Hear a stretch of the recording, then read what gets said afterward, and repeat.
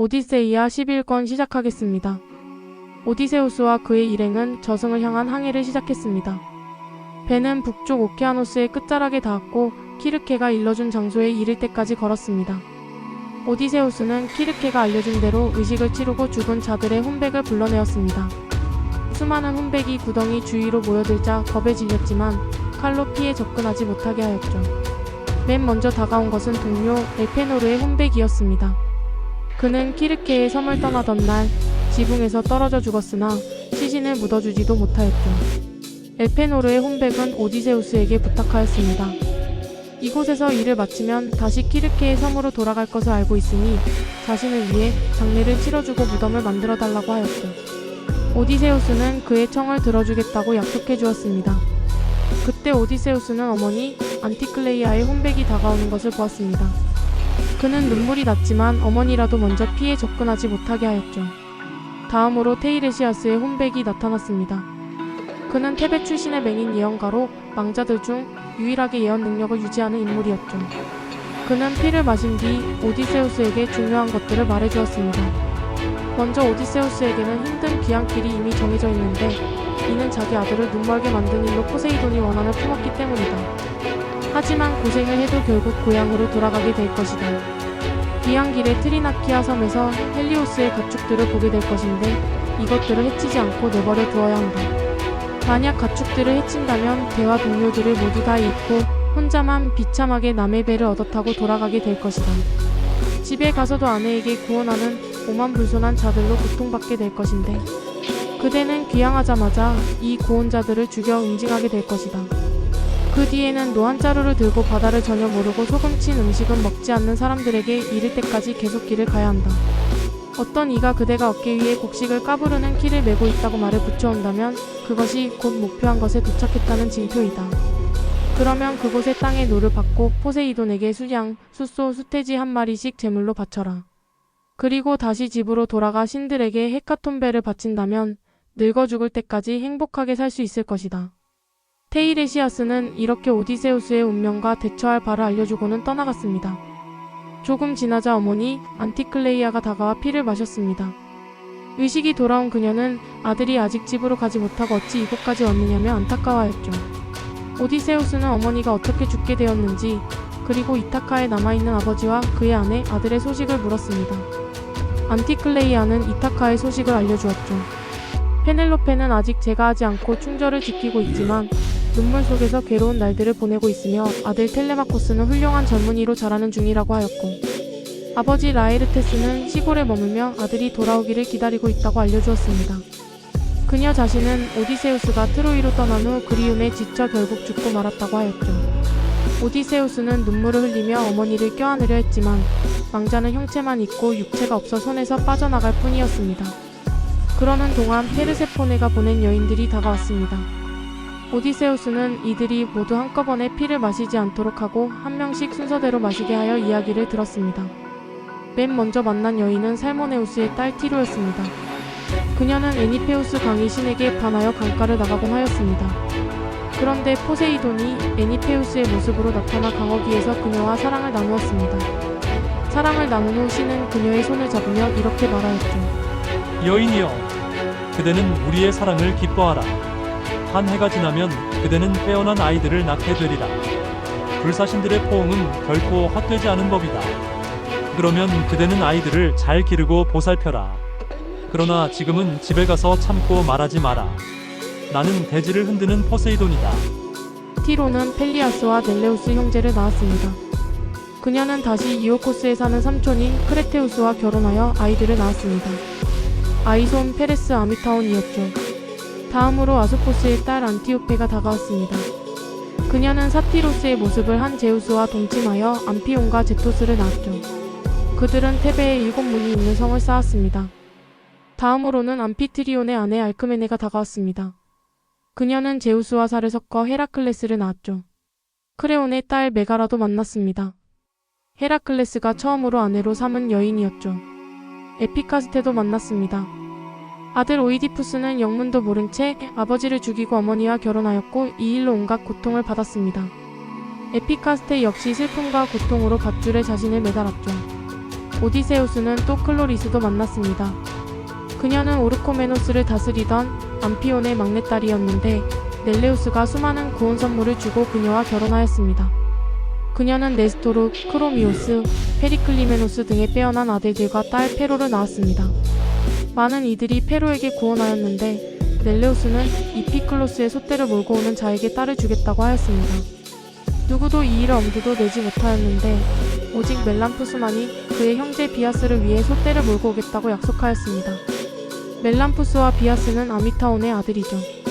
멜람푸스는 예언 능력으로 이피클레스를 돕고 대가로 솥대를 얻어왔고 비아스는 페로와 결혼할 수 있었습니다. 또 틴다레오스의 아내 레다도 보았습니다.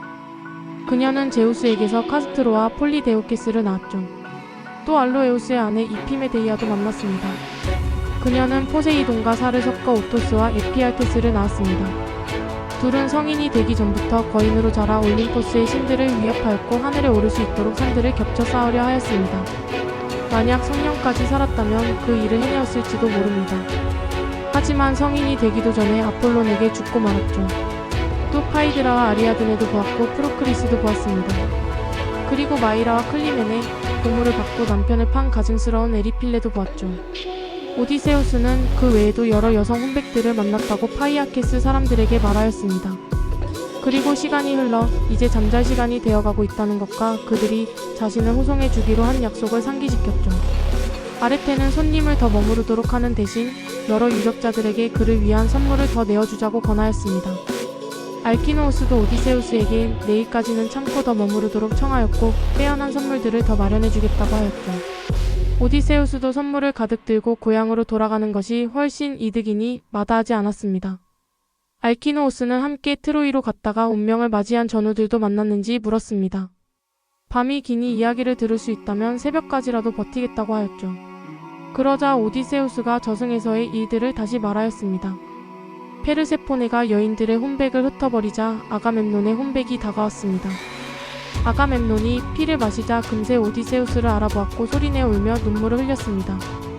오디세우스는 그가 죽어 저승에 있는 것을 보고 어떻게 된 일인지 물었습니다. 아가멤논은 아내 클리타임 네스트라와 아이기스토스가 공모하여 잔치를 베푸는 척하며 귀양한 자신과 전우들을 살해하였다고 알려주었습니다.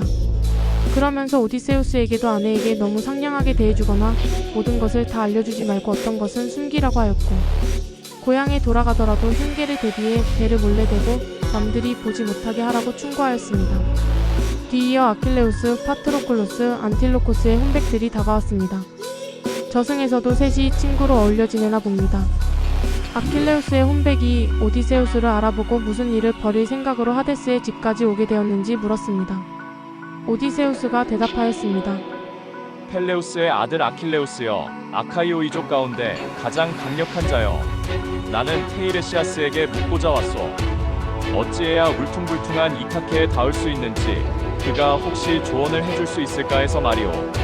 나는 아직도 아카이오 이족의 땅에 가까이 다가가지도 못하고 내 나라를 밟아보지도 못한 채 끊임없이 고통만 당하고 있소. 하지만 그대로 말하면 아킬레우스여, 예전에도 그대만큼 행복한 사람은 없었고 앞으로도 없을 것이오. 그대가 살아있는 동안 우리 아르고스인들은 그대를 신처럼 추앙했고 지금은 그대가 여기 사자들 사이에서 강력한 통치자이기 때문이오. 그러니 아킬레우스여, 그대는 죽었다고 해서 슬퍼하지 마시오. 아킬레우스는 이렇게 말하였습니다. 죽음에 대해 내게 그럴싸하게 말하지 마시오. 영광스러운 오디세우스여, 세상을 떠난 모든 사자들을 다스리느니 나는 차라리 지상에서 머슴이 되어 농토도 없고 재산도 많지 않은 가난뱅이 밑에서 품이라도 팔고 싶소이다. 그러면서 그의 아버지 펠레우스나 아들 네오프톨레모스의 소식을 물었습니다. 오디세우스는 펠레우스에 대해서는 아는 것이 없으며 네오프톨레모스에 대해서는 자신이 스키로스에서 트로이로 데려갔던 것을 말하였습니다. 그가 텔레포스의 아들 에우리필로스를 죽이는 등의 활약을 한 것과 아무런 부상도 없었고 트로이를 함락하는 데 있어 큰 공을 세우고 전리품을 챙겼던 것을 말해주었습니다. 아킬레우스는 아들이 걸출했다는 말에 기뻐하였죠. 그 밖에도 여러 혼백들과 대화를 나누었지만 오직 아이아스만은 저만치 떨어져 서서 다가오지는 않았습니다. 오디세우스가 먼저 그에게 말을 건네었습니다. 아이아스여, 나무랄 데 없는 텔라몬의 아들이여. 그 저주받을 무부들 때문에 내게 품었던 원한을 그대는 죽어서도 잊지 않을 작정이시오. 신들께서는 그 무부들이 아르고스인들에게 재앙이 되게 하셨소이다. 그대를 이름으로 하여 그들은 강력한 성탑을 이뤘소. 그래서 우리 아카이오 이족은 그대가 죽은 뒤에 펠레우스의 아들 아킬레우스 못지않게 늘 그대를 위해 슬퍼하고 있소. 그것은 다른 누구의 잘못이 아니라 제우스의 잘못이오. 그분께서 창수들인 다나오스 백성의 군대를 끔찍이 미워하시어 그대에게 그런 운명을 지우셨으니까. 자, 왕이여, 그대는 이리 와서 내 말과 이야기를 들어보시오. 그리고 노여움과 완고한 마음을 푸시오. 하지만 아이아스는 한마디 대답도 없이 다른 혼백들을 따라 돌아갔습니다. 오디세우스는 미노스가 황금호를 쥐고 앉아 왕자들에게 판결을 내리고 있는 것을 보았습니다. 다음으로 거대한 오리온이 몽둥이를 들고 야수들을 한 곳으로 몰아가는 것을 보았습니다. 생전에 그가 사냥으로 손수 죽인 것들이었죠. 오디세우스는 독수리들이 땅바닥에 결박되어 누워있는 티티오스의 간을 쪼아먹는 것을 보았습니다. 그는 가이아의 아들로 레토를 범하려다가 아르테미스와 아폴론에게 살해되었죠. 탄탈로스가 연못 속에서 갈증과 굶주림의 고통을 당하고 있는 것을 보았습니다. 그가 목이 말라 물을 마시려 하면 물이 물러났고, 열매를 잡으려고 손을 내밀 때마다 가지가 올라가 잡히지 않았죠. 시지포스가 거대한 바위를 산꼭대기로 밀어올리기를 반복하는 형벌을 받고 있는 것도 보았습니다. 오디세우스는 헤라클레스의 환영체도 보았습니다. 이는 혼백이 아니라 형상으로 그는 이미 신이 되어 헤베를 아내로 삼아 올림포스에서 지내는 중이었죠. 헤라클레스는 자신이 에우리스테우스에게 예속되어 힘든 고역을 했던 것처럼 오디세우스 역시 불행한 삶을 참고 견디어 가고 있다며 동정 섞인 말을 해주었습니다.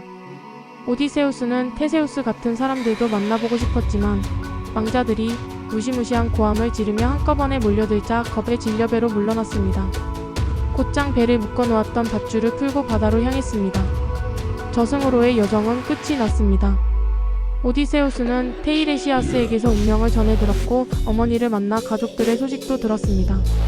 이후 오디세우스는 많은 혼백들을 만나게 되었는데 이것은 혼백을 부르는 제의에 대한 결과가 아니라 지하세계의 여주인 페르세포네의 의도였습니다. 그녀는 먼저 명성이 높은 여인들의 혼백을 보내어 오디세우스와 만나게 하였죠. 이들은 영웅들의 어머니나 아내 그리고 딸입니다. 이런 여성들의 등장은 오디세우스에게 자신이 속한 세계가 어떻게 이어져 왔는지 그리고 그 안에서 자신의 위치가 무엇인지를 느끼게 해줍니다.